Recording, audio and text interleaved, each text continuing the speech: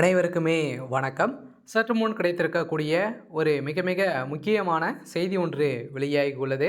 சற்று முன் உதயநிதி கதை முடிந்தது, வீடு புகுந்து தூக்கிய அமலாக்கத்துறை, இது மாதிரி பார்த்தீங்கன்னா செய்திகள் வெளியாகிருக்கு. இப்போ அதிரடியாக 2026 தேர்தல் நெருங்கி வரும் நிலையில் இப்போ அதிரடியாக அமலாக்கத்துறை பார்த்தீங்கன்னா களத்தில் இறங்கியிருக்காங்க. சில ஒரு மிகப்பெரிய ஊழல் ஆட்சியாக பார்க்கப்பட்ட ஆட்சி திமுகவுடைய ஆட்சி அப்படின்றத அனைவருக்குமே தெரியும். இந்த நிலையில் தான் இப்போ அமைச்சர் உதயநிதி ஸ்டாலின் பார்த்தீங்கன்னா துணை முதல்வர் உதயநிதி ஸ்டாலின் அவர்கள் இப்போ அதிரடியாக டெல்லிக்கு தூக்கினதாக ஒரு தகவல் வெளியாக இருக்குது. இன்று காலையிலேருந்தே உதயநிதி ஸ்டாலின் அவர் சம்மந்தப்பட்ட இடங்கள், அதேமாதிரி அவருடைய ஆஃபீஸுகள், அனைத்து இடங்களுமே ரைடுகள் நடந்துகிட்டு இருக்குது. இந்த ரைடின் அடிப்படையில் எக்கச்சக்கமான பணங்கள் புழக்கத்தில் இருந்த சம்பவத்தின் அடிப்படையில் ரகசிய அறையை கண்டறிஞ்சிருக்காங்க. இந்த தகவலின் அடிப்படையில் தான் இப்போ அதிரடியாக உதயநிதி கதை ஒட்டுமொத்தமாக முடிய போகுது.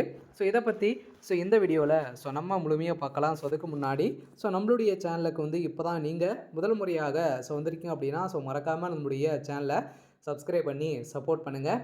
வாங்க வீடியோக்குள்ளே போகலாம்.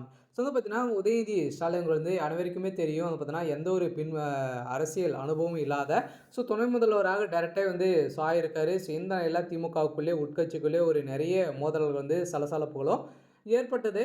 இதைத் தொடர்ந்து திமுக இருக்கக்கூடிய மூத்த அமைச்சர்கள் அனைவருமே பார்த்தீங்கன்னா நீக்கப்பட வேண்டும் அப்படின்றது பார்த்தீங்கன்னா கோரிக்கை அங்கங்கே அந்தந்த நிகழ்ச்சியில் பேசியிருக்கக்கூடிய நிலையில் தான் இந்த சம்பவத்தின் அடிப்படையில் திமுக இருக்கக்கூடிய மூத்த அமைச்சர்கள் அனைவரையுமே பார்த்தீங்கன்னா தூக்கத்துக்கான ஏற்பாடுகள் நடந்துகிட்டு இருக்குது. இருந்தாலுமே உதயநிதி அவர்களை எப்படி தூக்கணும் அப்படின்றது பார்த்தீங்கன்னா திமுக சார்ந்த முக்கிய அமைச்சர்கள்லாம் பிளான் போட்டிருக்கக்கூடிய நிலையில் இப்போ அதிரடியாக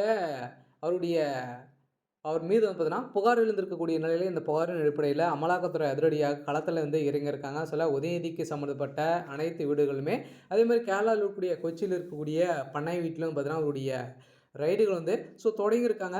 இந்த ரைடின் அடிப்படையில் தான் இது வரைக்குமே பார்த்தீங்கன்னா ஒரு 79 கோடிக்கு மேலே பார்த்தீங்கன்னா கட்டுக்கட்டாக சிக்கியிருக்கு. அதே மாதிரி முதல்வர் ஸ்டாலின் அவர்களுடைய வீட்டிலும் அடுத்தடுத்த ரைடுகளும், அதே மாதிரி திமுக இருக்கக்கூடிய முக்கிய அமைச்சர்களுடைய வீட்டிலும் ரைடுகள் நடக்க போகுது அப்படின்றது பார்த்தீங்கன்னா எச்சரிக்கை கொடுத்துருக்காங்க. தேர்தல் நெருங்கி வரும் நிலையில் தேர்தல் பார்த்தீங்கன்னா அதிரடியாக திமுக பணத்தை கொடுத்து ஓட்டு வாங்குவோம் அப்படின்றது அனைவருக்குமே தெரியும்.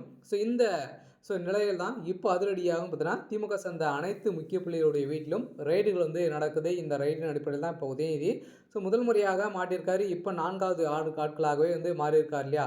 பார்த்தீங்கன்னா இப்போ தொடர்ந்து செந்தில் பாலாஜியை தொடர்ந்து நேரு, அமைச்சர் சேகர்பாபு அனைவருடைய வீட்டிலும் ரைடுகள் நடந்தது. இதில் எக்கச்சக்கமான பணங்களும் புழக்கத்தில் இருந்த நிலையில் இப்போ வசமாக சிக்கியிருக்காங்க. இப்போ உதயநிதி ஸ்டாலின் அவர்களும் இன்று காலை பார்த்தீங்கன்னா துவக்கப்பட்டதாக ஒரு தகவல் வெளியாக இருக்குது. சரி, ஓகே. இன்னைக்கான அப்டேட் பார்த்தீங்கன்னா இதான். மறக்காமல் நம்முடைய சேனலை சப்ஸ்கிரைப் பண்ணி